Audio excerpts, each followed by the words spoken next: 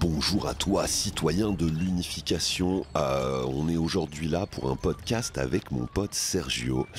Ce script docteur, ce membre éminent de Dernière Lune, ce défenseur des vermineux, Jacotte Perrichon dans l'actual play, le mec qui me casse les couilles à l'année sur la cohérence. Il est là aujourd'hui pour un petit cours d'histoire géo. Sergio, bonjour. Bonjour à toi Franck, ça va? Ouais, ça va. Je suis trop content qu'on fasse ce podcast à deux. Ouais, moi aussi. Je sais que t'es un gros expert de la géographie. Ça va m'éviter de dire des conneries dans le podcast. Tu vas pouvoir me reprendre en temps réel. Beaucoup de gens se posent des questions sur les villes, sur les continents, qu'est-ce qui a subsisté, pourquoi. C'est un gros morceau qui nous attend. Je te laisse lancer le sujet et décider par quel point on attrape le problème. Je pense que le premier truc, c'est d'un point de vue des auteurs, des créateurs, quand on fait une carte des villes, c'est essayer de proposer différentes ambiances aux joueurs. Même si Dernière Lune, ça propose un vrai concept et une vraie ambiance générale qui est le continent à l'agonie qui essaye de survivre, t'as quand même envie de voir ça sur des terrains maritimes, des terrains montagneux. Tu sais, je crois que c'est la base de tout scénariste. Quand t'es MJ, vous me direz dans les commentaires, mais je crois que le premier truc, c'est un climat, un décor, quoi. Je sais pas si ça marche comme ça pour toi. Ouais, c'est ça, ouais. Si, ouais, carrément. J'ai envie de faire une histoire dans les ciments neigés, en mer. J'ai souvent un lieu qui me parle pour le début d'un scénario. Carrément. Au-delà d'un lieu, c'est aussi une ambiance, quoi. C'est est-ce qu'on va aller dans des milieux plutôt désertiques parce qu'on va aller à la recherche d'un trésor oublié et on va fouler des terres que personne n'a jamais foulées, ou à l'inverse, on va aller découvrir le complot qui se trame dans les égouts de cette ville hyper peuplée, tu vois. Grave, la population prime. Pour moi, les villes, c'est hyper central. Je crois qu'on a, avec Fabrice, développé les villes bien avant les personnages. C'était... c'est ton décor. En fait. Ouais, si tu taffes sur ton jeu de rôle, moi c'est un conseil que je te file, sois pas négligent sur les lieux, parce que c'est un truc qui nous inspire, qui file envie d'y aller, qui va être le terreau de plein de super histoires. Et la carto, c'est un gros sujet. Nous on a galéré, hein. La carto, il y a eu des incohérences dans tous les sens. Ouais, on a beaucoup bougé, mais parce que je pense qu'on a d'abord réfléchi par ambiance et ce qu'on avait envie. Et après, avec Hello, on a essayé de dessiner une carte qui est cohérente avec des climats, une géologie... Les méridiens, respecter ce que c'est qu'une zone méridionale, une zone tempérée... Et la taille globale aussi. Ouais, les échelles. Ouais, les échelles de... mais en fait, le continent de la Dernière Lune, quelle taille il fait, combien de temps on prend pour le traverser. Ouais, je crois que l'erreur de base, c'est de mettre sur le même méridien une calotte glaciaire. Et c'était vraiment le classique. C'était le problème que j'avais, on a dû tirer sur la carte comme des chiens. Le continent est parti en drift. Il y a eu un drift de plaques tectoniques. Exactement. Pour rattraper la cohérence. On pourrait partager les premières cartes. Elles sont horribles, elles sont dessinées à la main. Je vais être jugé là-dessus, c'est terrible. Il doit y avoir des traces de café. mais ouais, c'est compliqué de maîtriser la carto, sans parler des topos, du relief, l'hydrométrie. Et après, je pense le deuxième gros défi, ça a été... une fois que t'as raconté ton histoire sur cette ville, qui la peuple, quel rôle elle joue, etc., où est-ce qu'on la place réellement dans la map? Par exemple, je pense en premier lieu au Grouilloir, par exemple, qui est le lieu où on exile les Rouves d'Arc, globalement, quand ils sont trop fous. T'as pas envie de la mettre dans un endroit où il fait hyper bon vivre et qui pourrait donner lieu à une ville en fait, qui est plus prospère que ça, en fait. Alors nous, on avait une première problématique pour les villes de Dernière Lune, c'est qu'il fallait qu'elles aient une condition existentielle. Vu que le monde est à l'agonie... et que toutes les villes chutent, il fallait une particularité soit géographique, soit tactique, mais on pouvait pas faire des hameaux à la con en disant il y a ce hameau lambda où les mecs ils sont pépouses. Il fallait que chaque ville, chaque village ait soit une défense de barrières naturelles liée à son environnement, ou soit un point stratégique tellement important qu'il fallait bâtir autour. Donc on les a compté sur le bout des doigts, les villes. Ça a été long. Pour résumer, c'était quel rôle elle joue dans l'unification, qu'est-ce qu'elle apporte, et pourquoi elle est encore debout, alors qu'en plus on ouvre notre premier recueil en racontant Kanakant, qui est une ville millénaire, enfin presque, bien sûr. Enfin je crois que ça se compte en siècles, et elle chute en quelques jours, quoi. Ouais. Et donc pourquoi nos villes subsistantes subsiste. Ouais, justement. carrément. Kanakant, la citadelle invaincue, terrain de héros qui avait gagné toutes les guerres, se fait balayer des cartes en quelques jours. Hein. Donc c'est nécessaire, par cohérence, que chaque ville qui ait pu subsister possède son arme. Ouais, contre son la arme. bête, quoi. Ouais, son arme contre la bête, sa façon de fonctionner, et qui va souvent créer des conditions de vie austères, très difficiles, et même des fois quasi monoraciales, tellement c'est la misère, quoi. Et des fois, c'est de la chance aussi. Ouais, des fois il y a la chasse. Je pense à Golas. Il y a des endroits mieux que d'autres. Voilà. Il y a des endroits mieux que d'autres. On va essayer de démarrer méthodiquement. Parlons de tout ce qui n'est pas sur la carte. Ok. Ça te paraît bien? Ouais. Cette carte est délimitée, elle correspond aux frontières connues de l'unification. On sait des dernières nouvelles que plus rien ne vit par-delà les ports de Tarkhan à l'ouest. Ouais. Aucun soubresaut, aucune trace de vie, des zones vitrifiées, à l'abandon, des terres hautement toxiques, et la bête omniprésente un peu partout. C'est ça. Et l'exploration qui est maintenant impossible, parce que la bête aquatique. Ouais, qui rend très délicat ou très audacieux l'ambition de traverser les mers. Et puis, je pense la première chose à dire, nous, pour les auteurs, c'était de définir des frontières. On sait qu'on a perdu une partie de territoire, et comment on raconte que la solution, ça va pas être un peu à la Warcraft. L'expansion. Ouais, l'expansion. Mais il y a ce continent hyper loin, en fait, qu'on savait pas, et c'est là-bas qu'il y a la solution. Non. C'est pas le cas. On a vraiment perdu ces terres et on les visitera pas, quoi. Ouais. C'est un épisode sans spoiler. Quand tu dis on les visitera pas. Ok. Il y a quelques secrets mystérieux qui sont encore sur la carte perceptible, qui sont rattachés à la chronologie, les terres perdues, Kanakant qu'on découvre dans le livre de nouvelles, Iskandar aussi, et ces mystères. Donc il y a quand même quelques lieux pour les aventuriers audacieux qui souhaiteraient s'avancer dans les terres de la bête et pouvoir l'affronter avec un groupe de 4-5, des hordes qui sont là par milliers. C'est plus que périlleux, c'est plus que les Expendables. Ce que j'entendais par là, c'est qu'il n'y aura pas la création du double du continent d'un coup à l'ouest ou à l'est du continent. Ah, t'as vu, il y avait des pandas. Voilà, exactement. Ouais. Ça c'est très grave. Ça c'est très grave. Tu vois, à ce continent où en fait il y a 100 dragons qui nous sauvent de la bête. Non. On travaille avec Sergio qui est quand même très rigoureux et très chiant sur la cohérence. Sachez que il travaille avec son petit double décimètre pour mesurer les distances de marche des centaures qui les séparent d'un point A à un point B. Et qu'il est du genre à me dire non, pas en 3 jours, pas du tout, même s'il court très vite. C'est vrai. Donc on a essayé d'aborder ce travail avec beaucoup de cohérence. Donc on a les frontières de l'unification qui sont un monde abandonné, perdu, territoire de la bête. Il existe et il subsiste dans les frontières proches, peut-être quelques mystères encore à dévoiler pour les maîtres de jeu audacieux, mais il faudrait trouver une solution pour faire face à ces milliers de créatures. Ça sous-entend que tu as avancé dans l'histoire et que tu as déjà découvert nombre de nos secrets. Mais grosso, l'histoire se passe sur 2 continents. Ouais. Le continent sud et le continent nord. Le continent nord stocke toutes les ressources. Ouais, globalement. Et donc est un point stratégique, merci, qu'on ne peut pas se permettre de perdre. Et un petit bras de terre le sépare de l'ouest, de l'ancien domaine des centaures, des anciennes terres humaines aussi. Ouais.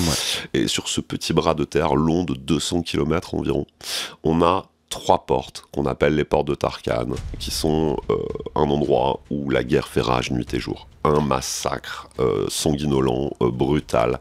La horde menace chaque jour de se déverser sur le continent nord. Déjà, ça pose ce premier truc qui est particulier dans Dernière Lune. Tu disais, il y a toutes les ressources au nord. Alors oui, il y a toutes les ressources, sauf la nourriture, qui, elle, est à l'est du continent. Sagesse des Siféas de se tenir au plus loin du front. Exactement, parce que ce qu'on aura en dernier, c'est la nourriture. Il faut quand même qu'on bouffe, c'est bien joué. Mais c'est le premier gros danger de Dernière Lune, c'est-à-dire que les stocks de vaporites et de minerais nécessaires au fonctionnement des technologies fuel sont essentiellement au nord. Essentiellement au nord et donc au plus proche du front. Ce qui fait aussi que on n'a pas envie que les portes de Tarkhan tombent. Ouais. Parce que on perdrait vraiment beaucoup trop de ressources précieuses, quoi. Alors là-bas, sur place, il y a du PNJ légendaire. Il y a Gorok, l'immortel, un orque colossal qui a déjà vu les portes se refermer et qui, au petit matin, était toujours en vie. On a des valeureux seekers qui tiennent ce front. Si t'as envie d'un mode arcade et brutal, va jouer aux portes de Tarkhan. C'est le premier hotspot de la boucherie, quoi. Ouais. Moi, il me fait peur, ce spot, en tant que maître de jeu, de l'amener, parce que les portes de Tarkhan, c'est un peu... On le considère souvent comme les murs dans Game of Thrones, tu sais, comme le mur de la garde de nuit. Ouais, toi, tu penses que ça doit rester un peu un lieu lointain et on doit pas trop y jouer? En fait, c'est que t'as la pression, parce que vu que tu vas parler dans toutes tes autres parties... De cette menace? De cette menace des portes de Tarkhan, et que les gens meurent par centaines, là-bas, c'est un charnier. tous les jours, c'est un charnier. Quand tu le joues... Ouais, j'espère que t'es chaud parce que c'est un peu un lieu de légende et donc il y a beaucoup de pression, je trouve, du côté maître de jeu, de est-ce que ça va être assez épique, est-ce que ça va être assez triste, est-ce que on va comprendre les enjeux, est-ce que c'est assez légendaire parce que c'est les fameuses portes de Tarkhan, quoi. Moi, je trouve qu'il y a plein de trucs à jouer. On a commencé, il est mystérieux, mais on a commencé à bosser sur des scénarios seekers chacun de notre côté. Lui, il a toute une série de super trucs où on va soutenir les portes qui tombent. On y va, on en a peur, mais on va y aller. On sait qu'il faut faire quelque chose là-bas et c'est un spot qui nous plaît beaucoup. C'est un spot austère. C'est pas un endroit pour faire la fête. Il y a pas des bars, il y a que des morts. Non, c'est que la guerre. Ouais. Et là, c'est pur jus, c'est boucherie, c'est des hordes d'Acklane, c'est la masse ondulante face à toi. Si tu as de la testo, vas-y, va aux portes de Tarkhan. Si tu es maître de jeu, prépare-nous des épisodes incroyables. Qu'est-ce que t'en penses? On continue d'avancer dans le nord? Ouais, vas-y. Tu veux aller où après? Une fois qu'on passe les portes de Tarkhan, qu'est-ce que tu protèges? Il y a deux lieux, globalement, qui sont importants dans le nord, c'est les mines de Ravengard et les forges du destin. Ouais. L'un produit les ressources, et l'autre les transforme. Ouais, les exploite. Ouais, les exploite, les transforme. Donc aux mines, c'est là où on extrait. Ça, c'est cool. Moi, j'aime bien les mines. Je sais que c'est un spot qui te plaît. C'est un peu le pays des nains. Ils ont un gros sédiment sur ces terres. Il y a plein de légendes sur les dieux de la vapeur, sur des golems qui marcheraient sans pilote. Puis la famille qui dirige, la famille Ravengard. Ouais, grosse famille, chargée de PNJ, imbriquée dans la nation marchande. Là, il y a tout un tissu économico-critique à jouer en tant que maître de jeu. Tu vas voir, ça te saute aux yeux. Tu te dis, putain, mais c'est quand même une articulation sur lequel ça vaudrait le coup de frapper avec les MAD. Il y a des possibilités, quoi. Ouais, je dirais que pour revenir à ce qu'on disait au début, les mines de Ravengard, pourquoi elles survivent? Parce qu'elles sont surprotégées. De 1, parce qu'elles sont protégées par l'unification, parce que c'est vraiment les pierres précieuses, et de 2, parce qu'ils vivent sous terre. Et donc, c'est plus galère pour la bête de l'assaut, quoi, de la ville. Et qu'est-ce qu'elle apporte à l'unification? De la ressource. Ouais, de la ressource fondamentale, la vaporite. Donc je pense que c'est ce que je protégerais le plus que les forges du destin. Ouais, t'es en mode... Parce que les forges se reconstruisent, finalement. Ouais, t'es là, les munitions, pas le matos. Ouais, qu'on ait de quoi tirer. Moi, un spot que j'adore et que je sous-exploite, que tu vas voir avec certitude dans mes prochaines parties, c'est Roche Sombre. Ouais. Donc là, on monte au nord, à l'extrême nord, mets ton manteau, prends le vent pleine face, tu traverses la mer de glace, on se pèle le cul, et puis on arrive sur cet endroit détesté de tous, des vieilles murailles oubliées, territoire de repli des trolls et des gobelins, une ancienne citadelle oubliée, où les corniches sont menaçantes, fatales, réservées aux alpinistes les plus chevronnés. C'est une vraie galère de monter là-haut, puis après là-haut, c'est le pays des pécores, personne là-dedans. J'adore Roche Sombre. Ouais, moi aussi. Sous-exploité. Moi j'adore parce que déjà t'as forcément un super épisode d'expédition ou de voyage. Tu sais, faut que t'affrontes la mer de glace. Ouais, l'alpinisme. Puis tu sais que la bête n'y va pas, c'est galère. Y a que des crocs, c'est dur à défendre. Le truc est délabré. Puis là pour l'imaginaire c'est super, créer ce que tu veux, quoi. Ouais, régale-toi. Une tempête, une bête oubliée. Quand je dis une bête, je parle pas de bête, la bête, mais d'une créature oubliée. Ouais, on pourrait imaginer un truc du bestiaire un peu qui surgit. Là, il y a quelques trucs dans le bestiaire. Il y a cette créature colossale, l'espèce d'ogre des glace, Ouais, là, c'est tu vois, ça. qui balance des rochers et tout, ça, Ouais. c'est tout bad, quoi, quand t'es en alpinisme. Bah, c'est trop bien, ouais. Bah, tu te fais allumer, hein. Et puis tu te demandes pourquoi tu vas là-bas, quoi. J'espère que ton MJ t'a C'est ça. embarqué sur un vrai truc, parce Ouais. que t'es au bout du monde, quoi. Et puis si tu sors de ce que nous on a écrit et que t'es vraiment MJ de Dernière Lune et que tu t'es approprié le monde, bah moi je trouve que c'est trop un lieu, l'extrême nord, c'est oublié, il y a plein de trucs glacés, tu peux aller sous terre, enfin tu vois, je trouve que c'est hyper riche pour l'imaginaire. Ouais, t'es au bout, là. Moi- T'es au confin de la map, t'es en train de toucher le plafond, t'es au sommet du nord, tu peux pas aller plus haut, pense à redescendre. Ouais, clairement. C'est ça. Et après, Rush-Sombre en soi, c'est énorme, c'est vraiment la ville où déjà, si t'es pas un dur, si t'as pas au moins 5 en endurance, bon bah, terminé quoi. Moi, je suis assez d'accord avec Ouais. toi. Spot mythique, les Forges du Destin, qui abrite Howard Fuel en Ouais. personne. Donc là, c'est capital, hein, c'est l'un des 7. Toi, tu disais je défends pas, mais c'est parce que tu fais confiance à Howard Exactement, pour ouais. défendre tout seul. Tu connais une bonne partie du spot. Tu sais qu'il a quelques cartes dans sa manche. Ouais. Il se contente pas de ponctionner la banquise. Ouais. Mais ouais, les Forges du Destin, là, on est dans le summum de la tech fuel. Alors là, envoie-toi, imagine un enfer d'engrenages, de Ouais. bruit, tout le monde gueule, des plateformes montent, descendent, ça et là, chacun essaye des prototypes, des trucs explosent dans les couloirs, quoi. Régulièrement, il y a un pan de mur qui pète, il n'y a pas un arbre. Tu kiffes bien, je sais que t'as écrit, Moi, j'adore, toi. ouais. Je sais que Ouais, t'as écrit là-bas plusieurs fois. Ouais, j'adore parce que c'est vraiment, c'est l'usine quoi. C'est l'usine, donc si t'as envie de jouer tout ce qui va être inspiration, soit, j'ai envie de dire d'un côté, soit germinal, si t'es du côté, tu vois, ouvrier, ça pue, on a le visage noir de charbon, etc. Soit le côté, bah, t'as adoré la vapeur et tu veux pousser Dernière Lune dans tout ce qui est de plus technologique, bah, c'est trop bien, c'est là-bas aussi.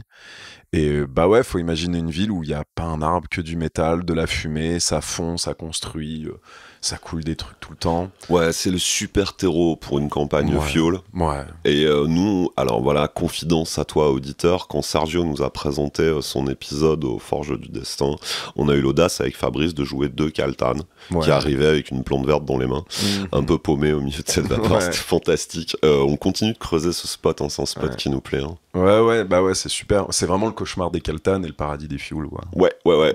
L'enfer mécanique, il y a de quoi t'embrouiller avec les gobelins du dépôt. C'est un spot qui va vous régaler. Je te propose qu'on descende tout doucement la côte pour arriver sur la ville la plus importante, je pense, maintenant, après les portes de Tarkhan. Pour moi, c'est une des villes favorites de Fabrice, qui est la Darse de Brislam. Ouais. Alors là, c'est le tout petit bras de terre qui va permettre de relier le continent sud sans passer par les hauts fonds. Avantage prodigieux, la distance sépare la côte d'une faible profondeur, à peine 50 km je crois de mémoire. Moi, même pas. Il n'y a pas 50, il y a 30. Non, ouais. Sur ces 30 km jalonnés de balistes à vapeur, une multitude de fuels monte la garde, tocsin à la main, pour alerter de la venue de la bête aquatique. Et c'est par cette petite Darse, par cette petite ville, que va transiter le continent nord et le continent sud, les transitions de ressources. Ouais. Donc là, c'est la plateforme, c'est le vieux port des gueux, la Darse, Sergio. Ouais. Bah là, moi, je pense, personnellement, la Darse, moi, j'y ai jamais joué. Ouais. Voilà. Parce Inexploité à ce jour par Sergio. Ouais, parce que elle rentre dans ces lieux qui, je pense, est extrêmement important pour l'histoire de Dernière Lune, et son lore et sa cohérence, mais qui, pour moi, dans le jeu, ne m'a pas transporté plus que ça, parce que c'est un lieu à haut enjeu politique, et je trouve que pour un master, c'est très dur de jouer, d'écrire des histoires passionnantes pour ses joueurs à très haut enjeu politique. Ouais, Fabrice, il pense que pour les CIFEA, c'est un point majeur de plateforme économique. La transition entre le nord et le sud, il y a moyen de se faire des ronds. Ouais. Il pense que c'est un point de frappe tactique pour les MAD facilement accessible. La DAR, c'est en fait en sale état, quoi. Ouais. C'est un ancien port de pêche, il y a du ponton vermoulu, puis c'est quand même des mecs du continent nord, donc c'est quand même une bonne partie qui est pas très civilisée, peu de gars savent lire et écrire. Donc c'est le petit port ghetto. Ouais, c'est ça. Ouais, ça me rappelle un peu ces ambiances, c'est Usual Suspect, je crois que c'est ça, où ils vont dans des ports... Non, c'est pas Usual Suspect, si c'est ça ? Bonne question. Je me souviens plus. Mais ça me fait un peu cette ambiance docker, tu vois. Ouais. On transporte des marchandises, il y a des mafias, tout le monde essaye. Ouais, tout le monde prend des billets, Ouais, tout le monde a un air suspicieux, tu sais, les mecs qui te regardent tout son coin. Je pense qu'il y a des trucs à écrire sur la Darse, sincèrement. Mais ça, c'est Fabrice, tu le sens. Dès qu'il y a des impairs et un peu des chapeaux, un docker, c'est Fabrice. Je pense que qu'on va se retrouver avec des investigations dans ce vieil embarcadère là qu'est la Darse de Brislam. Du coup, tu traverses la côte et tu atterris à Technikon. Alors là, deuxième grosse ville fuel, c'est là qu'on produit les convoyeurs. C'est la grande gare. C'est la gare centrale. C'est la gare centrale. Alors là, je te laisse imaginer le bruit, quoi. Tu te fais rouler dessus un jour sur deux. Attention, c'est mon pied. Et en même temps, sont déchargés marchandises, cadavres, munitions, charniers dans ce gigantesque endroit où sont formés aussi les fuels au début de leur allégeance. Ouais. Clairement, là, t'as bien résumé. Je pense que quand t'as envie d'aller, en fait, tu passeras forcément par Technikon dans tes parties parce que si tes joueurs prennent un convoyeur et que c'est la gare centrale, t'as de grandes chances tous d'y les aller. points mènent à Technikon, donc t'as de grandes chances d'y aller. Et puis c'est un bon lieu pour redevenir anonyme, tu vois. C'est un peu le carrefour des chemins. Je trouve ça cool. Tu peux bifurquer vers le continent nord et envisager de juste traverser. Tu peux reprendre un convoyeur pour repartir vers l'est, vers l'ouest, vers le sud. C'est quand même le hotspot carrefour. Tu risques d'y aller à un moment ou un autre en mode dynastie, dans la saga, quoi, dans la campagne. Prévois ton petit épisode, ta puterie à Technikon, ton problème technique. Ça risque de passer par là. Tu veux partir à l'est ou à l'ouest, chouchou? J'ai envie de partir à l'est. On partirait à l'est, allez, on descend vers le sud pour un spot particulièrement sombre et obscur. Vas-y mon Sergio, je te laisse ouvrir. Les ruines d'Aran? Ouais. Allez.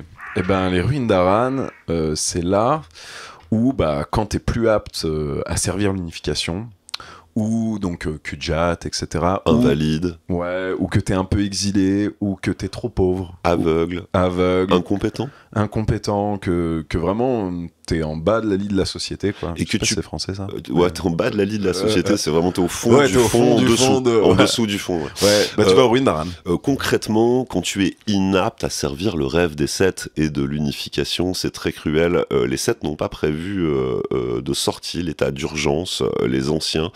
Il est conseillé dans de nombreuses races, quand tu ne peux plus servir le combat et que tu deviens juste un poids pour l'unification, de rejoindre cet espace tragique, cette mauvaise maison de retraite qui rend pas hommage à nos anciens et qui s'est bâtie dans les ruines d'Aran. Alors là, c'est la misère. On n'est plus desservi, il n'y a plus de bouffe, il n'y a plus d'économie, tu peux acheter une armure trouée, tout est rouillé, il n'y a que des vieux vétérans qui étaient des héros de guerre mais aujourd'hui qui ont perdu la vue, les jambes, il y a du moignon. Moi j'adore aller jouer là-bas. C'est dark, c'est dernière lune, hein. C'est le charnier, c'est le ciel, c'est l'égout à ciel ouvert. C'est pour faire toucher le fond à tes joueurs. Hein. Ou pour en tout cas constater aussi, je trouve que c'est le premier lieu qui donne une double lecture à l'idéal des Sept. Ils ont construit des magnifiques villes et c'est grâce à eux qu'on survit, mais le prix à payer c'est qu'on peut pas gérer tout. On te rappelle qu'on perd la guerre et qu'on n'est plus que 500 000 sur le continent, que la civilisation s'éteint, donc du coup ça fait des villes comme ça, quoi. Celle-ci en fait elle survit uniquement parce qu'elle est pas attaquée, hein. Si elle était attaquée, elle se ferait détruire. C'est une catastrophe. Mais on n'a rien à y perdre. Il n'y a pas de ligne de défense, on n'a pas de ressources, on a juste nos anciens là-bas et tu peux aller les consulter peut-être dans des quêtes et être témoin de cette horreur et remettre en question l'hégémonie des Sept. Si j'étais ennemi des Sept, j'irais au Ruinard. Quand t'es un MAD, tu peux que souligner. Tu peux que souligner. Les MAD entre eux, ils se disent les ruines d'Aran, l'idéal des Sept. L'idéal des Sept, l'unification, bien sûr. Puis en plus, en même temps, t'as un groupe de MAD, tu vas te faire une petite battue de Kujat, c'est quand même fantastique. Clairement. Mais t'as pas grand chose à choper d'un côté. Non, y a rien à voler là-bas. Il y a du quignon de pain dur, il y a des fois un convoyeur qui vient amener quelques vivres avec une armée édentée autour. Et des cadavres. Si tu veux un business tranquille, loin du regard des Sept, que tu es un joueur complotiste et que tu souhaites profiter de sortir un peu du regard des Seekers, voilà un spot fait pour toi. Terreau de la magouille, les ruines d'Aran, vas-tu oser l'innommable? On continue de remonter vers l'est, chouchou, on longe la côte. Dragoria. Ok. Ouais. Alors là, à 350 km, 400 des ruines d'Aran, il existe cet ancien cimetière des dragons-dieux. Ouais. Et qui est aujourd'hui un lieu seeker. Et c'est là où il y a l'académie, si je dis pas de bêtises. Ouais, tout à fait, c'est la bonne réponse. Ou c'est la baronnielle, l'académie, je me souviens plus. Non, alors, on va détailler tout ça, on va s'en descendre. Quand tu arrives dans Dragoria, tu vas marcher dans une gigantesque allée de tombes interminable, au milieu de tous tes frères tombés au combat, pour arriver finalement à cette gigantesque vasque, cette fontaine colossale où il y a l'armure de Handseeker, et tu vas verser ton sang, faire tes vœux, promettre de devenir le rempart de nos cités. Et donc c'est là-bas que tu reçois formation, armes, on a l'ordre de la cuirasse, on a les anciens qui ont gagné la guerre du premier choc qui transmettent la vibe Seeker de vas-y mec, on est des fous, ouais, bien sûr. On y va à bloc. Donc tu reçois ton équipement, formation d'armes aussi. Ouais, spot à matos, et puis spot pour consulter les anciens, puis aussi pour constater que Seeker, c'est pas la fête, quoi, c'est pas CRS, c'est des milliers de gars qui tombent tous les jours. Ouais, c'est ça. Moi, je joue en ce moment même, je joue un scénario Seeker. Et moi j'adore ce spot-là parce que juste les tombes, ça me rappelle un peu ce qu'on a nous dans notre univers, tu sais, toutes les croix de 14-18, etc. Ouais, les héros de guerre. Et si on se rappelle, quoi. Ouais, c'est beau. Si on se rappelle, ça donne aussi un poids aux Seekers, quoi. Quand tes joueurs ils sont chauds d'être Seekers, emmène la Dragoria et constate les morts, quoi. Ouais. Va chercher ton matos déjà, ça va te calmer. Ouais, c'est ça, ouais. Exactement. Ouais. On l'a écrit pour ça, hein. C'est vraiment un endroit touchant. On espère en MJ que t'arriveras à activer cette stroke, et que tu pourras quand même faire comprendre que c'est ce qui fait qu'un Seeker, ça paye pas ses boissons. Ça prend les plats qu'il veut dans la taverne parce que c'est un mec qui a les coronets. Qui va y aller, et que quel que soit ton corps de métier, tu te dois de respecter ça, parce qu'en face c'est des hordes de trucs qui font 4 mètres de haut et qui ont la dalle, quoi. Exactement. On continue de remonter toujours la côte en direction de Vorn. On continue notre petit voyage, nos pérégrinations vers l'est. Alors Vorn, là on n'est plus dans les villes glorieuses. Alors la Vorn, là on est chez Fabrice. C'est purement Khaltan. C'est une ville Khaltan. Alors, les Khaltan normalement sont nomades. Tu te dis putain mais c'est bizarre, c'est une ville Khaltan de nomades, on est là. Mais personne n'y vit tout ça, le temps. Exactement. Personne n'y vit vraiment à l'année, à part quelques gars peut-être qui doivent squatter un peu, ou peut-être quelques Siféas qui font leur bise des transactions, des mecs qui font des allers-retours. Mais globalement, c'est un espèce de campement mutant qui rassemble les 14 races et les différentes meutes. Ils se retrouvent régulièrement là-bas, les Khaltan, pour échanger des infos, pour partager. Mais ils squattent pas, hein, c'est des nomades, ils sont quand même plus tous sur le voyage, mais c'est une espèce de centrale. On pourrait qualifier ça de capitale Khaltan si on avait l'allure. Il n'y a pas de muraille. C'est quand ils doivent se retrouver tous ensemble, qu'il y a une réunion de tous les clans, des choses comme ça. On se rejoint soit à Vorn, soit à Boissandre. Des fois, ça dépend aussi. Ouais, l'idée en fait à Vorn, si c'était attaqué, c'est pas de défendre, c'est de bouger, quoi. Ouais, clairement. Et en plus, on dit ville, mais il n'y a pas vraiment de fortification, il n'y a pas de système d'égout. Je crois pas qu'il y ait des échevins de Vorn non plus. Hein. Ah, alors est-ce qu'il existe un échevin à Vorn? Je pense pas, non. Parce qu'en fait, c'est un campement, c'est un point de ralliement. Pour être précis, mais si t'y passes, t'es sûr qu'il y a 2-3 échoppes d'un gars qui vend des pots de bêtes. Et les Khaltan ne bénéficient pas de la gratuité de l'unification, ils la rejettent dans l'idée aussi de conserver une certaine indépendance, de chasser et de fournir plus que de prendre. Donc non, j'imagine pas d'échevins à Vorn, sous réserve à cette heure-ci. A priori, la logique voudrait qu'il n'y ait pas d'échevins à Vorn. Vous voyez, c'est ça mon travail, c'est poser des questions auxquelles on n'a pas de réponse. Questions de merde. Et oui, car l'échevin devrait stabiliser les intérêts économiques des Siféas et devrait positionner la nation marchande sur cet endroit. Il devrait être en droit de faire élire un échevin. Mais je pense pas, parce que c'est pas... Enfin, tu vois, s'il n'y a pas de fortification, c'est pas une ville, c'est un point de ralliement, tu vois. On appelle Fabrice dans les commentaires pour trancher sur ce débat qui est encore en cours à l'heure où on échange avec vous. De là, on s'enfonce dans la chaîne de montagnes du Narok, on continue à l'est. Là, c'est l'ascension. Direction une ville qu'on adore, on a joué comme des oufs. Médélia. Ouais, Médélia, on est fan. Ouais. Déjà, globalement, la chaîne de montagnes du Narok, c'est cool. On pourrait en parler en tant que lieu dit, c'est super cool parce que c'est la montagne, c'est l'ascension, et c'est un peu comme on disait la mer du Nord, enfin la mer de glace au nord, Du plateau verdoyant. Ouais, puis c'est du mystère, quoi. Il y a du mystère. C'est un endroit où tu peux semer. semer. Faut de l'endurance. Ouais, tu peux semer la bête. Tu Ouais. croises que 3 caltanes. Tu te demandes ce que tu fous là-bas. Exactement. Et puis t'arrives à ce petit hameau Medélia, un seul chemin, un village bordé à flanc de falaise où on te sert du vin chaud dès l'arrivée. Il y a du pécor, ça élève du bison nain. C'est une ville qui ne peut en aucun cas s'expandre. Elle est déjà à sa capacité maximale et profite d'une défense qui est j'ai le cul dans l'abîme. C'est ça. Ouais. Globalement, c'est que c'est galère d'y aller. Et donc, du coup, et je suis en hauteur. Donc, du coup, ville très difficile à prendre pour la bête. Et on l'a énormément joué parce qu'il faut le dire, c'était l'ancien c'était la ville de départ de l'ancien scénario de base, ouais, exactement. Donc là, du playtest à outrance. Et puis finalement, j'y reviens sur ma grande campagne. Je crois que j'ai envie de partir de là. C'est un point de départ que j'adore parce que c'est vraiment le point zéro. C'est la petite ville. Il y a des vermineux en pyjama. Il y a des gens qui ont des vieux business. Bah ouais. C'est pas prétentieux. En termes de narration, c'est génial parce que ça te montre vraiment l'unification. Parce qu'à Medélia, il n'y a pas une race plus représentée que l'autre. Non, ça complote pas BZF. Voilà, et t'as l'occasion d'aller voir plus gros si tu veux aller à Hysteria ou à Tanaris, ou tu vois, d'aller voir plus gros, et aussi d'aller voir plus petit si tu veux aller au relais d'Algarve ou à Borne, tu vois. Et donc du coup, je trouve que c'est super cool. Excellent, gros. J'adore aussi Medélia. Ils ont cette fonction un peu particulière qui est de défendre la faille du Réadon, cette gigantesque faille. Qui part vers l'est, vers une partie du continent qui est assez peu explorée, assez peu connue. Exactement. Ouais. Et où les Siféas ont eu la sagesse de planquer les ressources, la bouffe et les champs. Si on part vraiment à l'extrême est de Medélia et qu'on a traversé le Narok, on va arriver sur Fertilis. On va d'abord passer par le relais d'Algarve, le relais de Algarve. Imprononçable, c'est des noms mains. Tu sais, les nains, si t'as pas une barbe et que... Il y a 3 H, 4 A, quoi. C'est ça. Ouais. Ben, là, il n'y a pas grand chose à dire, c'est vraiment un relais, c'est tenu par un mec qui s'appelle Algarve, et c'est vraiment. Je crois que la plus belle inspiration, c'est. T'as vu les 8 salopards de. Oui, mais là, c'est une poignée de gars sur une cime oubliée. T'arrives, il y a un œillet, le mec il colle son œil, il veut pas te voir, il est suspicieux. Tu peux dormir dans des pots d'ours, boire un coup, récupérer 3-4 trucs de matos et reprendre ta route. Faire ton plein de vaporite, et c'est parti. C'est le relais d'Algarve le plus petit spot défendu et c'est un espèce de bunker quoi.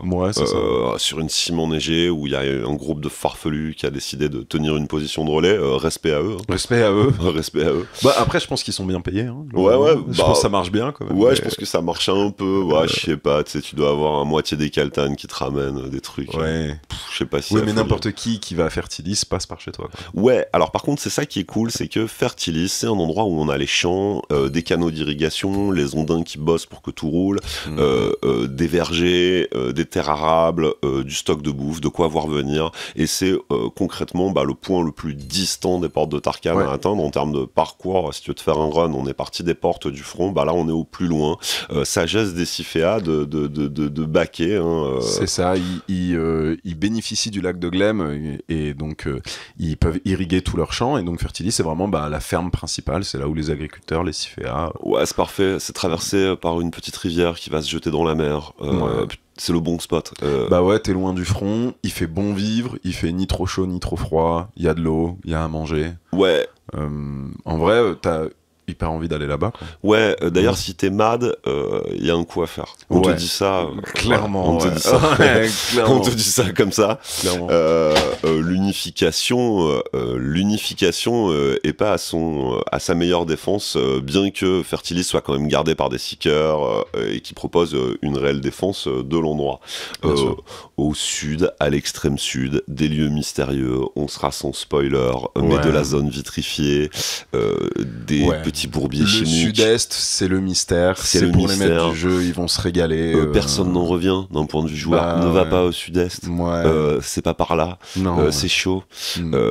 L'expédition est improbable. C'est ça. On peut quand même parler, je pense, du dernier point qui est la canopée. C'est en fait j'aime bien la canopée, au site de Furtilis, c'est une énorme forêt bon, là, quasi tropicale. T'arrives dans la haute zone hein, quand même. Ouais. Par là c'est sauvage. Voilà, et par là c'est sauvage. Et puis il n'y a plus de ville, qu'est-ce que tu fais? Voilà, c'est ça, il n'y a plus rien après, et en plus la forêt est encore plus dense que celle de Boisson. Ouais, là c'est racines millénaires, des gigantesques troncs d'arbres, ouais. La canopée qui te couvre. C'est un spot que j'aime bien. Ouais. On bouge par là, il n'y a plus rien, chouchou. Ouais. Tu veux qu'on redescende un peu au sud jusqu'à Hysteria, ça fait sens pour toi? C'est quoi ta méthode? On pourrait aborder le dernier point de la chaîne du Narok, qui est des montagnes du Narok, qui est les comptoirs de fer. Ah, merci. Excuse-moi, dans la montagne séculaire de Craer Moern sont placés les nains, ces redoutables économistes qui spéculent sur un lendemain, sur l'économie du monde, qui ont instauré la Garante, qui tout doucement est une économie qui supplante la pièce. Ouais. Bah là, c'est trop intéressant parce que je pense que ça fait partie des lieux qu'on a créés pas pour le lieu, mais en fait, on est parti de... On devrait y avoir une banque. Ah, mais comment c'est gérer l'économie? Ah, mais c'est sûr que des gens se positionnent. Mais qui imprime, qui a la main. Bien sûr. Bah, où est-ce qu'on met les comptoirs de fer? Bah, on les met là. On les met là, ouais. Pourquoi on les met là? Bah, parce qu'il fait bon vivre. Ouais, tu creuses la montagne, tu défends le spot avec un énorme pont qui fait 100 jetées de long, quoi. Ouais, c'est ça, ouais. Puis c'est en montagne parce que c'est les nains. Ouais, c'est placé le cul à la montagne, le ventre dans le lac. Donc, ouais, on est bien. Hein. On est bien. Bah ouais, ça se défend facilement. Ouais, c'est les nantis qui ont mis la main sur ce spot. Hein. Si t'es là-bas, t'es pas là en vacances, hein. T'es là pour business, t'es là pour transaction, t'es là parce que t'es de la famille ou tu te casses, quoi. Non, ouais, c'est ça, exactement. Ouais, y a pas... D'ailleurs, il y a pas beaucoup de gens qui vivent à l'année. Hein. Il y a beaucoup de passages, mais... On a un peu des comptables, on a un peu les banquiers, on a tous les comptes. Ça veut dire 90% de nains, quoi. Tu sais que dans les profondeurs des comptoirs de fer, il y a ces salles de compte, tu vois, où on peut découvrir de nombreux gens très endettés, hein, le coup de la guerre. Il y a des dossiers. Ouais, il y a des dossiers. J'aime beaucoup ce spot. Sous-exploité aussi, si tu veux mon avis. Bah, en fait, ce qu'on sous-exploite pas, c'est l'entité comptoir de fer. C'est-à-dire, on voit partout ces agents sur le continent. Dans chaque ville du continent de la dernière lune est souvent représentée les comptoirs. Les comptoirs de faire un petit bâtiment. Maintenant, le lieu, oui, est sous-exploité. Comment ça marche? T'as une garante, c'est un document qui fait foi d'une reconnaissance de dette, d'une économie qui t'est due, et au comptoir de fer, on va te remettre cette somme moyennant une petite transaction, un index en vaporite. Il y a un petit business nain derrière, mais bon, il y a des mecs ça leur est profitable. C'est intéressant, les CIFEA sont un peu divisés entre la pièce et la garante. Hein. La monnaie instituée par Liv CIFEA en personne pour l'unification, puis celle des nains qui commence à faire foi, qui paye cash. Hein. Bah là c'est super parce que si t'as envie de mettre le nez dedans, que t'adores les intrigues politiques, économiques, etc. Vas-y bébé. C'est là-bas. Hein. Ouais, vas-y bébé. C'est là-dedans l'enjeu, quoi. Ouais, régale-nous, écris-nous des purs scénarios, fais-nous des retours. On pense que c'est un spot qui peut t'exciter si t'es branché Game of Thrones. Clairement. Il y a des trucs à faire. Vas-y, alors là, maintenant, on rabat vers l'ouest, on arrive vers le centre du continent. Tu veux parler de quoi? Eh ben, il se trouve Golas. Oh là là, le sésame. Il existe dans Dernière Lune une solution. Oui. Un endroit, 100% safe. Un Eden, une safe place. Exactement, en fait, c'est une île dans un lac. Situé au milieu d'un continent, ce qui file quand même une condition géographique très particulière et très profitable. Cette petite île est bondée de nantis. La totalité des rois de toutes les races se sont enchevêtrés dessus et vivent aujourd'hui dans des conditions dignes de l'arrondissement parisien. C'est-à-dire que là, c'est... Voire pire, quoi. C'est Shanghai, quoi. Ouais, c'est Shanghai, on s'empile. Tu es coincé sur cette mini-ville. Une multitude d'anciens nantis, rois, barons d'Arcanis, fortune du continent s'échange là-bas. Le billet pour le joueur est inaccessible, je crois. Ouais. En fait, l'idée, c'est de créer un lieu de décadence, déjà. Je pense. D'opulence, de décadence et un lieu qui fait rêver. En fait, quand t'es à Golas, t'es inatteignable par la bête terrestre, par la Klein et la Mroc. Bien sûr. Parce que t'es une île au milieu d'un lac et les bêtes terrestres ne nagent pas. Et t'es inatteignable aussi par la bête aquatique, parce que c'est un lac, mais il n'y a pas de rivière. Séparé des mers. Et donc t'es séparé des mers, il n'y a pas de lac, il n'y a pas de rivière surprise qui rejoint le lac ou quoi, vu que tout est souterrain. Bon, du coup, c'est super parce que t'as vraiment un lieu où t'es sûr que jamais ça tombera, quoi. Mais c'est un petit bout de terre, donc les gens s'entassent. Et bah là, ouais, c'est... Gros jeu de pouvoir. Ouais, gros jeu de pouvoir. Et puis ça a créé aussi narrativement un hyper décalage qui est tout le monde meurt dans le continent, tout le monde vit avec des petits moyens. Pas à Golas, quoi. On veut des prix, Sergio. Ouais, Combien nous coûte je crois que c'est week 500 piastres jour. Non, putain, mais c'est horrible. Aventurier, tu démarres avec une griffe d'Épias. Ouais, je te laisse imaginer 7, quoi. Meilleur des cassettes. Mets de côté, envisage d'aller bouter le train à ces nantis endimanchés, ces dandys en roue flaquette qui profitent allègrement de la situation. T'as un super contraste, ruine d'Aran. Ouais, Golas, quoi. Ce qui va pas, ce qui va pas. Les deux trucs qui vont pas, quoi. Ouais, clairement. Et en même temps, cette surpopulation. Tenir à Golas, y résister, y subsister, c'est jouer des dents économiquement, être capable d'être un requin et de conserver ton petit lopin de terre. Bah, c'est génial parce que là, moi j'ai adoré toutes les fois où j'ai joué à Golas. Bien sûr. Parce que ça dépeint tellement avec tout le reste du continent. Que tu te régales. T'as toujours un mec dans le groupe qui dit les gars, faut qu'on avance, ça nous coûte un pognon monstre. Ouais, c'est-à-dire que lui, il voit l'économie du groupe se faire massacrer. Quoi. Les mecs, ils ont coffré depuis 17 campagnes, ils ont récupéré pièce après pièce, et puis d'un coup, on devrait poser la question à des mecs de Golas. Ouais, alors là, il y a un coup, là. Genre, c'est pas juste je vais poser la question, faut gérer ton économie, et là, c'est salé. Hein. Ouais, là, c'est salé, mais de sûr, tu rigoles. De sûr, c'est bonne partie à Golas. Ouais. Parce que tu peux pas rater. Tu peux pas rater ton écriture, c'est dessus. Je te propose de descendre encore un peu plus au sud de Golas et d'alterner avec un spot hyper bonne franquette. On y est, c'est Hysteria, la folie de Liv Sifea, l'envie de faire renaître l'espoir et de posséder une ville sans mur, bâtie dans la passe du mont Akai, à l'endroit de la victoire, la première victoire de la guerre du premier choc contre la bête. C'est le premier moment où les sept se sont unifiés. Symbole de cette victoire, Liv y répand en fait cette ville mutante, marchande, qui métisse les 14 races et où tout est possible. Ouais. Alors là, en fait, globalement, on pourrait dire que c'est la capitale du continent, même si c'est pas dit comme ça, mais en fait, c'est quand même la ville où il y a le plus de monde. Alors ça, je pense que c'est un point de vue jeunesse. Ouais. Tu vois, la jeunesse va te dire Hysteria, c'est la capitale du continent. Ouais, c'est un peu le Dubaï de... Non, pas vraiment, mais... Mais ouais, si tu veux aller faire la fête, vivre des aventures exotiques, sucrées-salées, découvrir des entrepreneurs, des businessmen improbables... Du matos acheté, quoi. Ouais, du matos, des marchés souterrains, la grande course d'Hysteria, là, les véhicules fuel qui se lancent, il y a un calendrier des fêtes là-bas qui ne s'arrête pas. Et en même temps, il pourrait prendre la bête à tout moment. Ouais. En fait, c'est ça. Quand on parlait au début de comment survit une ville et quelle est son utilité, en fait, Liv, en faisant Hysteria, elle répond à aucune de ces deux questions. C'est-à-dire, elle n'a pas vraiment d'utilité. Moi, je trouve qu'elle démontre un autre truc, c'est que l'espoir est un rempart. Voilà, c'est ça. C'est son sujet. Mais je veux dire, la ville ne produit rien et ne se défend pas. Mais du coup, regarde cet économiste Sifea. Ouais, c'est vrai que ça produit pas de folie à Hysteria, mais qu'est-ce que tu veux faire des gobelins? L'espoir. Ouais, produit l'espoir. Produit le symbole et l'espoir. Et moi, ça fait plaisir. Je peux te garantir que là-bas, il y a des bannis qui font des thunes. Oui, il y a des mecs qui font des ronds. Ah, clairement. Non, mais qui font des ronds, c'est sûr. Mais je veux dire, la ville ne sert pas à l'unification autre que de représenter le symbole, quoi. Ok. Passons sur un spot aride que j'adore. On part toujours vers le sud, au changement de climat. Sur ton front commence à perler la sueur. On va marcher dans ce désert du Nanchero. C'est la platitude à l'extrême. Et au bout d'un moment, un petit oasis va poindre le bout de son nez, celui qu'on appelle l'oasis de Talbar. Plus de 100 km dénudés, des balistes qui pointent dans toutes les directions. Là, la bête, il va pas, hein, c'est évident. On a 100 km de découvert, ce serait une mort certaine. C'est ça. Et on a un gros orque obèse, là, qui nous régale. Talbar. Ouais, Talbar. Je kiffe. Ouais.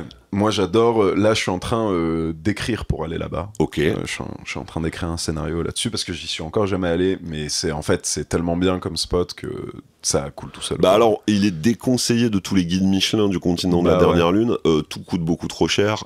Tu vas finir en esclavage. Au bout d'un moment, tu pourras plus payer à Talbar ton quotidien. Ouais, en fait, c'est un orc qui, pendant la guerre du Nanchero, où les bannis et les orques se faisaient la guerre. Ouais. il a réussi à s'établir à cette oasis et à y mettre une petite dictature, quoi. Et donc, c'est marrant parce qu'il est même pas vraiment dans l'unification. Enfin, Ah, il est si féa, quoi. oui, il est si féa, mais là-bas, c'est quand même, c'est de l'esclavage, tout est cher, il a la possession de tout. Il met les fuels très très bien. Et- Tous les convoyeurs, hop, il y a de Ouais, la ouais. danse du ventre de la nana, de la soirée torride. C'est ça. Il régale les bons. Pas toi, aventurier. Les Non. bons. Ouais, les bons. Et puis là, ne te trompe pas. on parlait au début d'écriture avec des ambiances. Bah là, c'est trop cool parce qu'on voit bien le contraste. Roche sombre tout au nord et l'oasis de Talbar où là, on est plus dans une ambiance désert, Ouais. chaleur, C'est mille et un une peu nuits, arabisant. Bien on pourrait sûr, dire. bien sûr, bien Ouais. sûr. Avec des gros orques qui sointent, Ouais. des mecs qui ont un marché improbable, des trucs beaucoup trop pimentés. Puis j'ai envie de dire un peu aussi, on pourrait le voir aussi un peu plus Mad Max, Fury Road, tu vois, cette idée... Le style desert punk. Ouais, tu vois, Ouais, ouais. où t'as des fuels avec des bagnoles, parce que là, le désert, ça se régale. Hein. Ouais, là, il y a du quad. Ah ouais, Il y là, a du quad à vapeur qui ouais. explose régulièrement au coin d'une dune parce que le gobelin a abusé du bibrouteur et qu'il a beaucoup trop chargé en vaporite. Ouais, c'est ça. Ouais, il y a des ambiances. Je pense que tu vas t'amuser à l'oasis de Talbar. Moi, c'est un spot qui me plaît bien. C'est un spot que j'ai propulsé moi-même. Hein. J'ai beaucoup défendu C'est toi qui l'as écrit, je crois. Ouais, j'ai beaucoup défendu ce spot. Ouais. J'y crois et pourtant, j'y ai toujours pas joué. Tu vois, c'est pas Mais terrible. parce qu'en fait, c'est un des derniers qu'on a écrit. Hein. Ouais.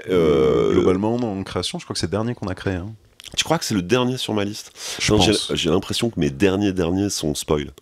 Oui. Non, mais le dernier officiel. Le je veux dire. le dernier accessible Voilà, c'est ça. à tout aventurier. Le dernier lieu commun.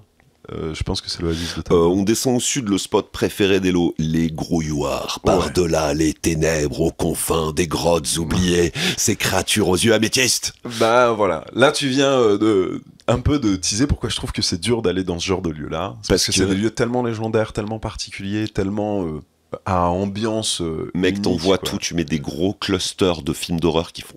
Ouais. Tu vois, Avec des violons distordus. Et tout. Bien sûr.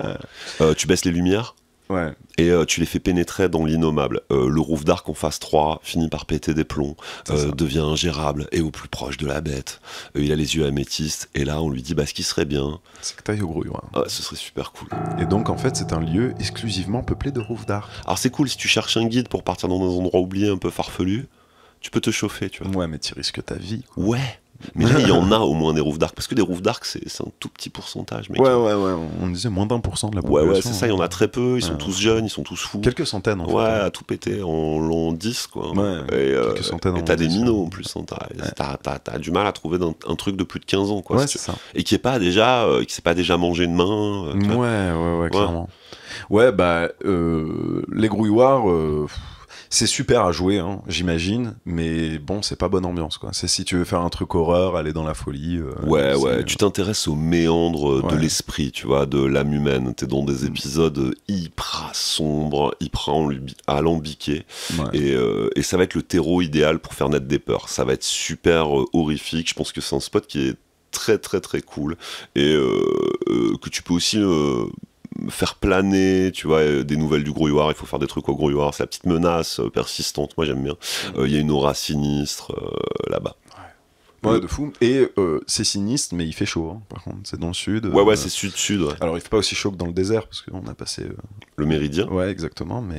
Mais bon, c'est marrant, parce que c'est une ambiance horreur chaude. Ouais, c'est Ce qui ça. m'angoisse, en fait. Tu sais, Ouais. ça doit être humide, ça doit puer au gros. Ouais, c'est il l'enfer. doit y avoir de la carcasse, du charnier. Oh là Dès que tu là. poses ta main sur une pierre, ça fait un petit bruit de cuisson. Ça fait Ouais.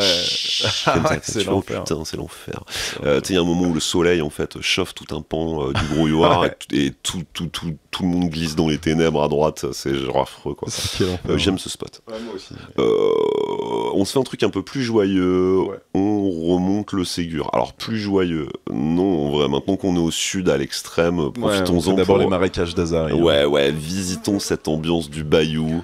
Bah ouais, là, c'est vraiment ça. C'est le bayou, c'est le lieu de naissance historique des Sauriens. Hein. Ouais, des parce que- marais putrides, des sables mouvants sur une multitude de kilomètres. Il te faut un guide pour aller là-bas. Ouais. C'est là que se masse la lie de la société. Hein. Mhm. Bah là, j'adore. Ça fait partie de ces lieux qui, de par leur nom, leur localisation et leur climat, te proposent une ambiance unique. Tu disais le bayou, mais c'est ça. Hein, c'est Ouais, on bouffe bien, il y a de la soupe de tourbe, il y a cette odeur de ponton vermoulu. Ouais, c'est dégueulasse. Il y a plus personne qui a quelque chose à vendre. Les convoyeurs peuvent plus arriver jusque-là. Mais super lieu pour tout ce qui est les herboristes, tu sais, trouver un peu des poisons rares, des plantes rares, des animaux rares, des trucs. Tu vois, si t'as envie de t'embourber pour aller à la chasse. Et en même temps, pas si accessible que ça, il te faut un guide. Ouais, c'est pas la fête, sinon la bête aurait déjà bouffé tout le monde. Ouais. Il faut trouver ton chemin dans ces terribles marécages. Ouais. Et donc, ouais, ça se traverse pas comme ça. C'est un bon spot aussi si tu veux être peinard. Hein. Ouais, de fou. On y va, je crois, dans le scénario de base. Hein. On y passe par le scénario de base. On y passe par le scénario de base. Ouais. On va replier un de nos PNJ qui est très très mal et qui va choisir de baquer. C'est ça. Et c'est un bon lieu de repli. J'aime bien parce que c'est tout aussi pauvre que les ruines d'Aran, mais pas pour les mêmes raisons. Et surtout, c'est beaucoup plus safe que les ruines d'Aran. Moi j'aime bien le deal que ça propose. Tu veux mourir contre la bête ou manger de la soupe de tourbe. Ouais, c'est ça. En fait, c'est particulier parce que ça pourrait être un golas, hein, parce que c'est assez safe de faire ces marécages. Ouais. Mais en fait, personne veut vivre là-bas. Personne veut vivre là-bas parce que c'est la misère, mec, il y a rien. C'est dégueulasse, il y a des gobeurs de vase. Ouais, il y a des clapotis. Ouais, c'est affreux. Il y a le verger en nécrophage. Il y a les sauriens qui le nourrissent, ils régurgitent des trucs. Les invités doivent participer au plat, c'est ignoble. C'est un tout petit village sur pilotis, quoi. Le bois cramoisi, enfin, c'est humide et craque sous tes pieds. Tu vis dans les brumes, tout le monde a les champignons sur les pieds. Il n'y a pas une maison à fenêtre. Y a pas... Ouais, c'est fini. Mais c'est safe. Mais c'est safe. Alors, c'est safe de la bête. On te propose, aventurier, une nouvelle safe zone. Prends-toi des petites vacances à Azari, idéal pour te remettre de tes blessures majeures et t'infecter. C'est genre parfait. Vas-y, sans système immunitaire. Ah bah là, tu vas te régaler. Tu meurs en 2 épisodes. Hein, c'est fabuleux. On peut remonter dans le sujet de la maladie. Donc on va remonter le Ségur et arriver à Olonès, la glorieuse citadelle des elfes, qui a vu aujourd'hui ses hautes tours de marbre et ses fontaines souillées par le sang de milliers de blessés. Bah ouais, parce que on retourne à notre premier recueil de nouvelles, hein, la bataille d'Olonès, la dernière histoire. On ferme là-dessus. Moi j'aime bien Olonès. J'y joue en ce moment là. La table que j'ai, on y joue dimanche. L'ancienne glorieuse capitale elfique devenue citadelle hôpital aujourd'hui. Bah ouais. J'adore parce que déjà l'aspect hôpital est super cool pour rencontrer des PNJ un peu famous et un peu sur la touche. Ouais, c'est ça. Ouais, j'aime bien aussi. C'est aussi le lieu où il y a le tertre des fées. La légende dit que les fées ont été créées, sont nées là-bas. Donc tu vois, c'est une ville à histoire que elle te propose elle-même en son sein plusieurs délires, quoi. Tu vois. Moi, elle me met une ambiance un peu blanche, tu vois, lumineuse, gold. Exactement. T'as l'impression que tu pourrais faire un peu du fric. D'ailleurs, il y a un marché qui tourne, quoi. Tout est beau. Tout est beau. Enfin, où était beau. Tout était beau. Pour être précis. Aujourd'hui, il y a quand même des convoyeurs qui te ramènent des mourants, des blessés, des gars qui se vident. Ça décharge les convoyeurs à l'appel. T'es là, c'est mon bras, non, c'est mon intestin. Ah, excuse-moi, il est mort, non. Tu vois. Mais du coup, ça crée cette ambiance hyper unique de une ancienne belle ville à l'orfèvrerie hyper précise. Aller au plateau elfique. Voilà. Ces tours de marbre. Où maintenant, la plupart des gens y vont parce que ça va pas.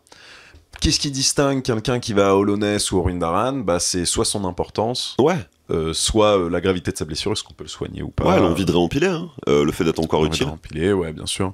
Ou t'es connu. Il faut le dire quand même, tu vois, c'est important. C'est sympa. Toi, on va te sauver. Bonne vibe artistique à Olonès, hein. Il y a encore un peu des artistes. Ouais, un petit peu, ouais. C'est un spot cool, ça se met bien. Il fait bon vivre, ça se défend bien, c'est une citadelle.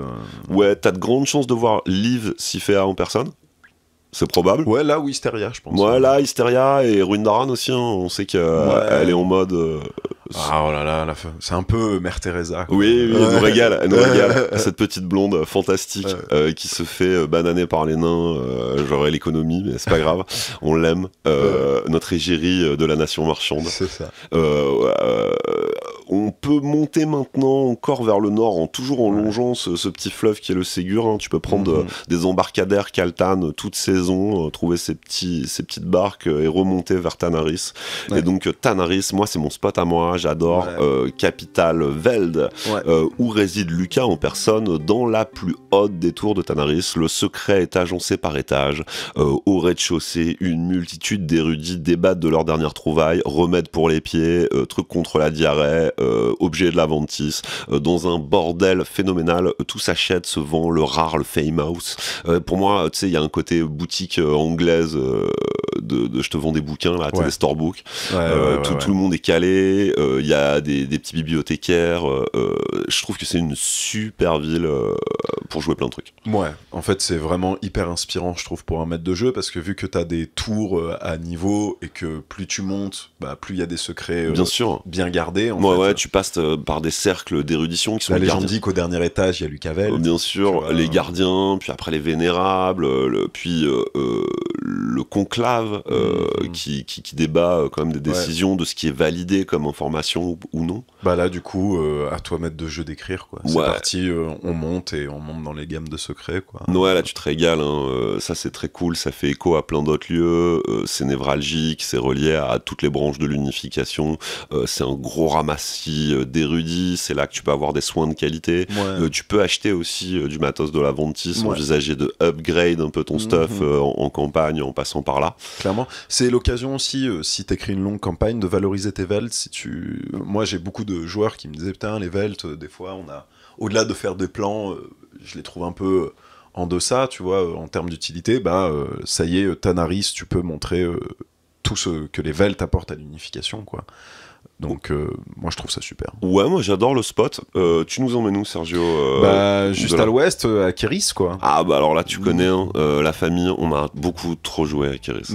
Non, on a usé le spot. Ouais, c'est scandaleux. Mais parce que c'est énorme l'histoire de Kéris. En fait, c'est un peu une ville qui était extraordinaire à l'époque. C'était prospère. Un peu la capitale du monde à l'époque. Ouais, le carrefour marchand de la planète, quoi. Et en fait, si on a perdu les mers. Là d'un coup le port on s'en fout un peu, ça devient pourri. Exactement. Et en fait les gens commencent à partir de Kéris parce que c'était une économie basée sur la pêche et l'économie triangulaire. Et donc ça c'est fini. Donc en fait c'est une énorme ville qui s'effondre. C'est une chute. Il y a une poésie avec Kéris, j'adore, c'est un déclin. Ouais, c'est ça. Entre l'ancienne génération, tu sais, qui est encore un peu traditionnaliste, les mecs qui vivent dans des cimetières d'épaves de bateaux, la misère, les ondins, c'est triste. Et puis en même temps, la plage des mirages, les 1000 saveurs, des endroits super cool, la rocade du Caprice avec tout son artisanat, c'est l'allée du Soifard avec toutes ses tavernes. Enfin bref, on adore le spot. C'est celui qu'on a le plus joué, je pense. Il y a tout dedans, on vous prépare alors qu'il est le best-of, on travaille tous ensemble sur notre petit supplément sur Kéris, donc on va pas trop s'étaler, mais tu vas tout savoir, on fait le tour, on consulte des tatoueurs, je crois que c'est une des seules villes qu'on a autant décrites et on allait aussi précis, quoi. On a été loin, on a cartographié chaque ruelle. Parce que c'est la super ville de départ, quoi. Tu sais, il y a des échoppes, toutes les races, il y a pas trop de seekers. Bon climat. Donc bon climat, pas trop de seekers, donc tu peux un peu renarder ce que t'as envie de renarder. Ça se met bien, n'importe quelle race peut y vivre, parce que même si ton joueur il joue un ondin, à Kéris ça fait sens. Tu vois, y a aucune race qui est la malvenue à Kéris, quoi. Non, puis tu peux profiter aussi de ce déclin. Enfin voilà, c'est un super spot. Moi je pense que t'as plus qu'à écrire maître de jeu dessus. Il nous reste plus grand chose en ville, mec. Ça se termine. Après, on a un peu des lieux particuliers. On peut parler de ce spot qui est juste quand tu traverses le continent nord et le continent sud et que tu te déplaces vers la Baronielle, tu sais, vers l'ouest, qui est la capitale Seeker. Ouais, exactement. L'endroit où tu peux voir des mecs du Triumvirat. Là, c'est le hotspot décisionnaire. Ouais, c'est ça. C'est un peu la base centrale militaire des Seekers, quoi. Il y a pas au-dessus en termes de. C'est la plus grande caserne. Ouais, en termes de droit, ils sont au-dessus de tout le monde. Ça règne sur le conclave, ça règne sur le cénacle, ça prend les décisions militaires. On est en période de guerre, c'est de là que ça se décide. Hans a laissé le trône vacant et donc aujourd'hui il est divisé en un triumvirat composé de 3 personnalités. C'est ça. Un orc, un humain et un minotaure. Exactement, un minotaure vainqueur de la guerre du premier choc, qui est à Dragoria et qui remet le matos aux jeunes. C'est ça. Gorok l'immortel, l'orc qui tient le front, mesdames et messieurs, la star. Les portes de Tarkan. Les portes de Tarkan, tu vois, celui qui voulait le job dont personne ne voulait. Et puis le dernier, cet humain, tu connais. J'ai plus son nom, j'ai oublié. Kryn l'indicible, compagnon de Hans Seeker, membre de la phalange du bouc. Le mec était aux côtés de Hans dès le début. Le mec pèse trop. Ouais, il pèse. Et c'est encore un humain. Il est un peu, on va pas le dire, mais c'est un peu lui qui est un peu au-dessus des... Enfin, tu vois, tout le monde dit qu'on gouverne à 3, mais bon, ça décide à la baronnière. Ouais, c'est ça. Parce que Gorok, en fait, il fait que taper et que notre Minotaure Doro Vivecorne à Dragoria, finalement, forme la jeunesse. Donc, l'ordre de la cuirasse, c'est un peu la old school, hein, c'est les vétérans. Vache, quoi. Ah non, c'est terrible, j'adore les Minotaures comme ça. Tu vas offusquer forcément défenseur des vermineux, ça critique. Hein. Mais n'oublie pas que je suis mad aussi. Ouais, je sais que tu mad aussi, normal. Ouais, c'est terrible. C'est un spot qui est très très cool, donc symbole de l'alliance entre les humains et les elfes. Ouais. Cette ville a été bâtie il y a fort longtemps pour pouvoir permettre un gros centre stratégique. Elle a aujourd'hui une place névralgique dans l'unification. Qu'est-ce qu'on peut rajouter sur cette ville, gros ? Bah, pas grand chose. Je pense que c'est un bon point de départ pour un groupe de seekers. Ouais. Et que c'est toujours bien quand. Enfin, tu sais, je trouve quand un groupe monte, c'est toujours bien un moment quand il rencontre les hautes instances. Et les baronniels, dès la ville, t'as compris que. Ouais. Que c'est un spot important, quoi. Tu vas avoir affaire au summum de l'autorité. Alors maintenant, bien loin de là, la fin de cette cartographie tumultueuse, il y a plein de petits spots encore qui sont hyper cool, qu'on peut lâcher en bonus comme ça, discuter des endroits que t'aimes bien, qui sont des lieux dits, c'est pas vraiment des villes, mais c'est des endroits sympas. En fait, globalement, déjà, faut expliquer que sûrement dans le jeu de rôle, il y aura un peu deux cartes, une au vu de tous pour les joueurs et un peu une secrète pour Alors je crois en précision, tu vois, que Hello possède 7 à 8 degrés de confidentialité de cartes qui vont succéder les emplacements des MAD, les chemins des convoyeurs, des lieux de la vantise. Donc il y a du degré de spoiler qui va se déployer. Là on parle vraiment, tu es aventurier. Ouais. Et ben en aventurier on lui dit que moi j'adore Crane. Ah ouais. La ville tout au sud. Qui est la ville historique des bannis. Alors, il n'y a plus personne là-bas à part quelques malades. C'est une ville abandonnée. Enfin, une île. Une île abandonnée, précisément. Moi, j'adore parce qu'une île abandonnée, tu t'écris ce que tu veux. Quoi. Là, c'est fantasme. En plus, c'est l'île des bannis abandonnée. Déjà, t'as ton cerveau qui part. Quoi. Tu te dis, putain, je vais faire des trucs. En convention, je joue souvent à Crane. Ah ouais. Ouais, parce qu'en fait... l'ambiance elle est trop cool quoi. Faut te sentir quand même, faut traverser la mer profonde quoi. Tu peux te faire charbonner n'importe quand par la bête aquatique quand même. C'est chaud. C'est chaud. Ouais, c'est chaud. Mais je trouve que c'est trop la bonne histoire de base avec l'histoire, le trésor, le mystère, la traversée épique, un monstre que tu te doutais pas. En plus, vu que c'est l'ancienne île bannie, tu pourrais, découvrir plein de choses sur leur mythologie, sur leur histoire traditionnelle. Les gardiens des pots, des trucs affreux, des mythes horribles. C'est cool. Ouais, non, mais j'aime bien ce spot. Ok, vendu. On spot creepy aussi, top référence, j'ai Valara pour sa lourde histoire, tu vois, de tous ces mecs qui sont morts pour sauver quelques innocents. Il y a une nouvelle dessus, c'est terrible, c'est vraiment une ville qui s'est fait déboîter. Tu peux aller voir le carnage à Valara, cette ville qui était jadis prospère et aujourd'hui des ruines. Tu peux avoir l'occasion dans ton aventure d'aller jusqu'à ces ruines. Je te laisse te régaler. Nous, c'est un symbole de ville tombée, on va la retrouver dans la chronologie, mais c'est un endroit qui peut être propice à cette ambiance ultra macabre du vent qui siffle dans cette ville qui s'est fait balayer en quelques jours quoi. Et le dernier, je pense que c'est globalement la forêt de Bois-Sambre, qui est la plus grosse forêt du continent. C'est mon spot préféré. Bah ouais. Ah oui. Si tu joues des Kaltan, t'y vas. Ah oui, même si tu joues pas des Kaltan, tu vois, tu tombes en panne avec ton convoyeur. Moi, j'y vais tout le temps parce que c'est le moyen le plus court pour couper vers Golas en campagne. Il y a un moment où on est là, on va à Golas. J'adore cette forêt, je la trouve super cool. Elle a plein de climats. J'ai commencé à faire une cartographie hyper détaillée qui sépare les zones qui sont le breuil, des endroits où la végétation est épaisse, où c'est un peu galère à chasser, la futée avec des tout petits arbres, tu sais, les jeunes pousses qui est vraiment la bordure extérieure. Donc il y a une vraie cartographie de la forêt de Bois-Sambre. Je sais que Fabrice la complète de plein de petits clans Kaltan et de petits secrets, tu vois, il y a du tertre, il y a de la tradition, il y a du folklore. Dedans, il y a les ruines draconiques de l'ancienne religion, donc là pareil, c'est cool aussi, si t'aimes urbexer, il y a des trucs à faire. Et puis il y a du mad caché dans cette forêt, il y a du spot de la Ventis. Puis il y a des super bêtes, je pense, tu sais. Enfin, pas bêtes à Klein, mais tu vois, des créatures, quoi. Ouais, quelques créatures. Il y a la folia carnivore. Il y a 2-3 trucs un peu cool. Il y a, tu sais comment elle s'appelle cette créature Le bourgeodon. Ouais, le bourgeodon. Tu te gaves, bonne réponse. Ouais, sur lequel pousse la corolle pourpre. Ouais. Enfin voilà, il y a l'occasion d'aller faire ce petit run dans cette forêt. Le bestiaire un peu. Quoi. Ouais, de faire une petite forêt millénaire. J'adore la balade en forêt. Surtout dans Dernière Lune, elle a plein d'occasions de partir en couille, quoi. Ouais, ça me paraît un bon tour pour cette cartographie. Ouais, je pense qu'après il reste aux joueurs quand ils auront le livre entre les mains, on est plus précis sur tout, sur les économies, les histoires, le passé, le présent et le futur de chaque ville, son utilité, son ambiance. Donc là, on a essayé d'en parler pour donner un avant-goût, mais on essaye de creuser vraiment chaque ville à chaque fois et de au moins aller y jouer, le tester et peaufiner l'ambiance de chacune. Ouais, de la mettre à l'épreuve, que ce soit par du littéraire ou au moins par de la partie. On continue de travailler notre projet. J'entends déjà au loin le générique, c'est tragique, Sergio. On va devoir se séparer et on n'a pas tout dit. Tu pars avec des secrets de ce studio, peut-être une géographie spoiler un jour avec toi.